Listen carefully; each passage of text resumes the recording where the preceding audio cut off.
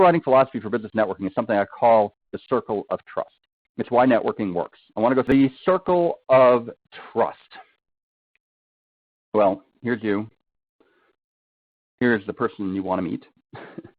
Now, there are a bunch of ways you can connect with them, a bunch of ways you can follow up and connect with them, whatever it is. And we'll talk through these in a little more detail in a couple of minutes. But for now, just, I mean, that's the way you get to them. But just one problem.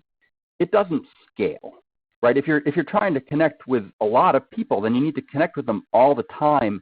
And this is why cold call selling is so annoying, because you get all these different people and you're trying to build trust with all of them, and it's hard to keep track. You know, CRM systems build up. It's hard to keep track of all this stuff.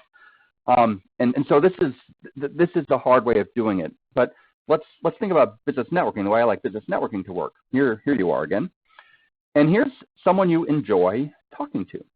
And so as you connect with them through a bunch of different ways, you get to know them and trust them, and they get to know you and trust you, and then you get access to the people that they know and trust, which means that and even though they may never be a client, they know people who will. And to make this, more specific, in the case of the story I just told, my buddy Steve, he didn't go after he was going after all the car dealerships. Like, he was trying to get to know them.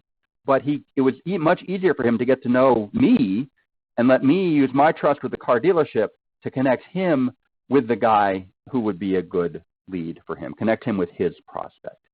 And it's a much easier sale, right? Much easier sale for him because he had gotten to know me, and he built the trust with me. And again, I had built the trust with the owner of this car dealership because I was cleaning his windows on a regular basis. And so they call it the transitive property of trust. He trusts me, I trust this guy, he trusts this guy. And so